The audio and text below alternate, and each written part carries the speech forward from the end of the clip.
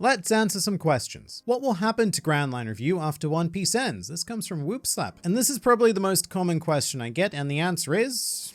nothing? Not for quite a while anyway, because you have to remember that One Piece is the 20th highest grossing franchise in human history, and even once the manga ends, followed by the anime ending like a year and a half later, Shueisha and Toei, they're not just gonna go, you know what, I'm tired of making money. They're gonna pump out all sorts of stuff, be it prequels, sequels, side stories, movies, alternate universe crap, whatever they can. Kind of like Dragon Ball, because for a manga that ended in 1995, it sure is still absurdly popular and relevant today. There are a whole ton of YouTube channels that do phenomenal views just based on Dragon Ball content. So I think that after One Piece ends, GrandLineReview, yes, it probably will have a natural decline, but realistically speaking, I reckon there would still be at least a solid 3 to 4 years after the anime ends before I really need to consider its future. And just to illustrate this point pretty perfectly, I think, I have another channel, New World Review, which primarily covers Hunter x Hunter, and we haven't had a Hunter x Hunter chapter in over 3 years, yet people still flock to those videos in the hundreds of thousands. There's a pretty surprising amount of love for that potentially dead series, and I don't think One Piece will be any different. The bigger question that worries me is, will GrandLineReview actually make it that far? Because every passing day makes me think that it's less and less likely. I think the chances are much higher that Toei or Shueisha will both have their way instead of just nuke it off the internet before I even have to think about what to do with it after the decline of One Piece, if and when that happens. So that's a bit of a downer. How do you start building your viewership when you just launch your channel? As I can imagine, it would be very hard to start the climb. That comes from Jason Kana, and it's a very good question. In fact, this is probably the most important question that a beginner channel can ask, because it really doesn't matter if you start off with the world's best videos, the greatest thumbnails, and even the baitiest of titles, it's still going to be almost impossible using YouTube alone. The problem is that the YouTube algorithm needs information to know what videos to feed, and it gets that information via feedback of viewers. How long they've watched the video for, how many of your videos did they click, and so on and so forth. So as you can imagine, with no initial viewers comes no initial information. And it makes videos very difficult, potentially even impossible to get off the ground. So I'm going to tell you a quick I'm going to tell you a quick crazy story about what I did to fix that. Because for the absolute nothing I knew about YouTube when I first started, I did anticipate that this would be a problem. From the very first video I made, I had a very crude and time-consuming marketing strategy, which was that I joined over 100 One Piece groups on Facebook, and I would post in each and every one of them when I had a new video. However, it needed to be masked to some kind of discussion. So for example, with a chapter review, I'd go through some brief thoughts. Something like, oh, I liked how Sanji did that thing, and if you want to know more of my thought things, then here is a link to my review. And that's what got me off the ground. Because after that mass posting, my videos would end up with about 100 views. So on average, each group was getting me 1 view. And considering that posting session took like an hour and a half to complete, that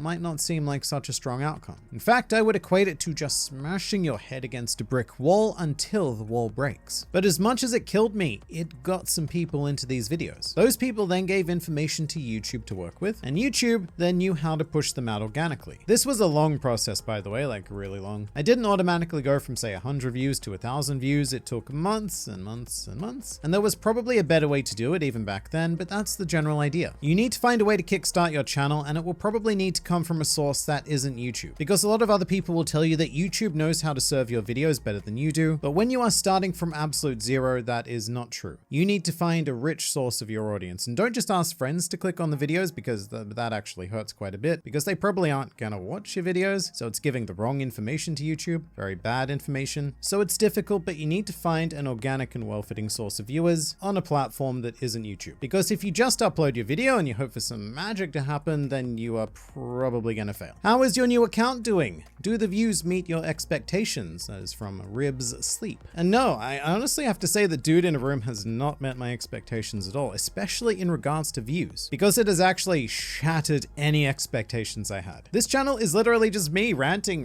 in my room thing about stuff that I think about anyway. And it really does shock me that some videos here are getting over 50,000 views. There are some that I feel like will do pretty well, like the porn star interview or the Morge one, because I used a particularly spicy title, but everything else is a complete surprise. And I guess all I can say is thank you for being interested in my crap. And I'm happy to rant about stuff as long as you want to hear about stuff. What's a good percent for average watch time? And how important is it compared to other metrics for video growth? That comes from Mysterious Weeb. And it's another very good question because most people only see YouTube according to two numbers. Those numbers being views and subscribers. Both of which are important to varying degrees, but behind the scenes, watch time is what governs everything. For example, if I make the clickbaitiest thumbnail in the world that convinces 100,000 people to click it, then haha, my video will have 100,000 views. However, if most of those people stop watching after 20 seconds because it was pure clickbait and didn't deliver on anything, then YouTube is going to see that and go, hey, hang on here, something's wrong. And then it'll stop recommending it further, so it'll just become a dead video. Which is why you can't straight up lie in titles and thumbnails like people very much used to do back in the day. But to answer your question, the retention rate you're going for is about 50%. Ideally, you want 50% of all of your viewers to stick with your videos until the very end. Any more than that, and you are amazing. Any less than that, and you've got work to do. To be honest though, you also have a lot of work to do at 50% because it's very possible to get into the 70s, but those are some seriously well-crafted videos.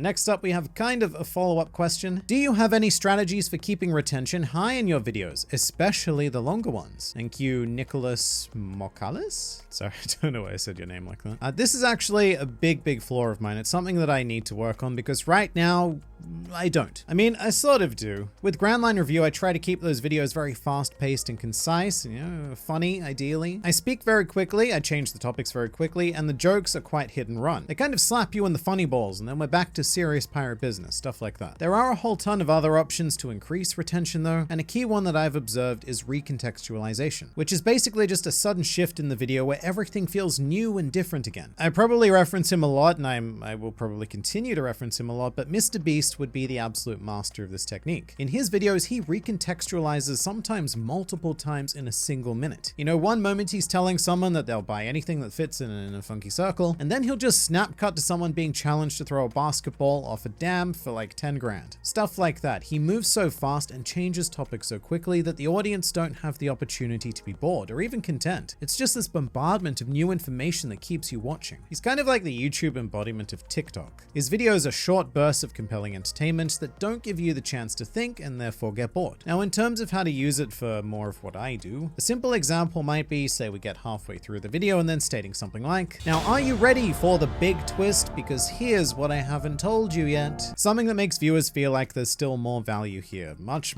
more value. In fact, we haven't even gotten to the value, so you need to keep watching. But there's a whole ton of others, and I will probably go through them at some stage. If you were allowed to name one of your kids after a One Piece character, which one would you pick? Comes from Nen Specialist. And I think I would pick my second child because they'll probably be the one that we care less about, and my wife will probably be more willing to let me go crazy with names. So welcome to the world, little baby whoop slap. It's been about 1 year since you did your face reveal. Were you comfortable with it back then? Does doing a face reveal have any major impacts on the YouTuber's channel? From SHN. And yeah, it's been almost exactly a year, probably just over. And it's a bit weird to say on this channel because the dude in the room is nothing but my face. I guess it's my face and a room. But on my others, I used to be strictly voiceover only. And I was definitely not comfortable with any kind of camera stuff when I started. I'm not an actor, I'm not a performer of any kind. And it was a big learning curve to start paying attention to stuff like how my mouth moves and what my hands are doing. Like legit, as soon as a camera started pointing at me, I forgot how to be a human. So over the last year, I've mostly been learning how to not be a weirdo. I don't think I'm doing particularly well at it. And now I can't measure this with any kind of empirical accuracy, but I think the incorporation of the face stuff has been positive for all of my channels. I think it allows me to connect with a viewer a lot better. And when I'm doing it properly, it allows me to express myself a lot better, especially with humor. A lot of the time, jokes, they're just not funny when you only hear them as a disembodied voice. Because what is it? It's something like 55% of human communication is nonverbal. So stuff like eyes and hands and body movements, all of that. So the way I see it is I'm able to express myself at something closer to 100% than before, which would have been about 45%. And it's not the only factor, but in a year, views on GrandLineReview have doubled, and I do think that the face reveal has played a positive part. However, as a result, I get a lot of people saying that I look like Elon Musk, so that is a sacrifice that I've had to make. How do you like your peanut butter? Chunky or smooth? From Curtis Link. And mate, it is crunchy peanut butter, and nothing get that smooth crap off my planet. Do you allow yourself some time off, or is it all about the non-stop grind? This is from HM5YA, which is just a random assortment of letters and numbers. As opposed to the time off business, it's definitely the second. It's the non-stop grind. And I hate saying this because I don't think it's healthy and I really don't want to encourage it in others, especially people like you who might be watching. But I work more than probably any human should. In a standard week, I work 7 days, usually from about 9 a.m. to 10 p.m. And yeah, there are breaks in between. Like I take my dog for a very long walk, but that's the grind. It's the only way I get things done. And I really want to emphasize that I don't recommend that people do what I do. Because if this wasn't something that I was insanely passionate about, it would have completely destroyed me by now. And yeah, I do take days off here and there, like I went to a Bucks night last week, I see friends for lunch and dinners, and I spend time with my wife, but it's predominantly grind. Was this channel partly created as a backup plan after the incident involving Totally Not Mark, or was the timing of its debut coincidental? From dim_geo. And the answer is both. I've wanted to do something like this for quite some time, like quite some time. I've just never known what this was. Honestly, I still don't. But when the Totally Not Mark situation popped up, that's what pushed me to bite the bullet and just make a channel. Once, sort of as a backup in case GrandLineReview gets taken down, and secondly, because I needed a space to talk about that event. And that space wasn't GrandLineReview, because that channel is meant to be more of a place of positivity and escapism, you know, fictional pirates, yay. Whereas Dude in a Room is Dude in a Room. And everything about this channel was created as kind of a parody of other channels. Like the name Dude in a Room, because that's what a lot of YouTube is. In the end, most of us are just dudes in rooms. And there's also the very unflattering profile picture and even the banner, because you're meant to use that to give your audience the impression that you have good videos. So I was just like, I can't be bothered, so I'm just gonna say it. Everything about this channel is designed to be easy, but also to be transparent, because this is kind of like a look at the back end of YouTube. So that ended up being reflected in the name, the profile, and the banner. How much do you love yourself? From Boom. And are we talking emotionally or are we talking physically? What is your favorite beer? From Dryce. In terms of beer, I'm not picky. On the rare occasion where I actually do get to go and drink with friends, I'm happy with whatever. It doesn't even need to be beer. Pale ale is, I guess, a preference, but when it comes to Australian beer, pretty much anything will do, so long as it's not VB or 4X. I mean, I would probably drink my own urine and maybe even someone else's before I go down that path. What is the most important thing to remember for a creator to remember? What? Yep, that's how it's worded. What is the most important thing to remember for a creator to remember when first getting started? From the Stone Tortoise. And that's a big question because there's so many things to remember. But if I had to choose, I guess I would say to remember that success often doesn't come quickly. In fact, it probably doesn't even arrive at a moderate pace. Chances are it's going to be a very, very slow journey. So make sure you're taking an enjoyable journey. Make sure you're making videos on something that you love with a burning passion. Oh, and I know this is a second thing which kind of goes against the question, and it's also quite contradictory to the first, but you also need to learn how to spot when things just aren't working and change up what you're doing. Like, don't just do the same thing over and over again, just waiting for it to take off. Like, you need to keep evolving. And I wanted to answer a lot more of your questions, but I ended up getting carried away with these couple because they were good questions. I like your questions. So if you've got more questions for me, plonk them in the comment place. And we'll do this again if the algorithm gods deem it worthy of your entertainment. Are you not entertained?